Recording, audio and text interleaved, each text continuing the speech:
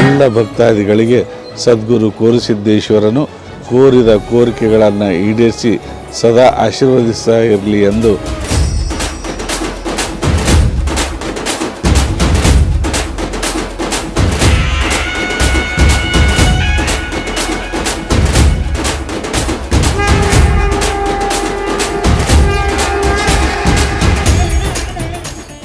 ಇಪ್ಪತ್ತಾರನೇ ಸಾಲಿನ ನಾಲವಾರಪುರದ ಸದ್ಗುರು ಕೋರಿಸಿದ್ದೇಶ್ವರ ಜಾತ್ರಾ ಮಹೋತ್ಸವ ಬಹಳ ಸಂಭ್ರಮದಿಂದ ನಡೀತಾ ಇರುವಂತಹ ಈ ಸಂದರ್ಭದಲ್ಲಿ ನಾಡಿನಲ್ಲಿಯೇ ವಿಶಿಷ್ಟವಾದ ಸದ್ಗುರು ಕೋರಿಸಿದ್ದೇಶ್ವರ ಜಾತ್ರಾ ಮಹೋತ್ಸವ ಒಂದು ದಿವಸ ತನಾರ್ತಿ ಮಹೋತ್ಸವ ಆಗಿ ಮತ್ತೊಂದು ದಿವಸ ವೈಭವದ ರಥೋತ್ಸವವಾಗಿ ನೆರವೇರುವಂಥದ್ದಾಗ್ತದೆ. ಇಡೀ ನಾಡಿನಲ್ಲಿಯೇ ದೇಶದ ಅತ್ಯಂತ ದೊಡ್ಡ ದೀಪಮೇಳವೆಂದೇ ಪ್ರಸಿದ್ಧಿಯನ್ನು ಪಡೆದ ಕೋರಿಸಿದ್ದೇಶ್ವರ ಜಾತ್ರಾ ಮಹೋತ್ಸವದ ತನಾರ್ತಿ ಉತ್ಸವವು ಹಲವಾರು ಜನ ಸದ್ಭಕ್ತರು ನಾಡಿನ ಪರನಾಡಿನ ದೇಶದ ಪರದೇಶದ ಅನ್ನುವ ಭೇದ ಭಾವವಿಲ್ಲದೆ ದೂರದಿಂದ ಬಂದು ತಮ್ಮ ತನಾರ್ತಿ ಉತ್ಸವ ಸೇವೆಯನ್ನು ಸಲ್ಲಿಸ್ತಾರೆ.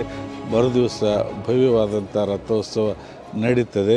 ನಾವು ಸದ್ಗುರು ಕೋರಿಸಿದ್ದೇಶ್ವರನಲ್ಲಿ ಭಕ್ತಿಯಿಂದ ಪ್ರಾರ್ಥಿಸಿಕೊಳ್ಳುತ್ತೇವೆ.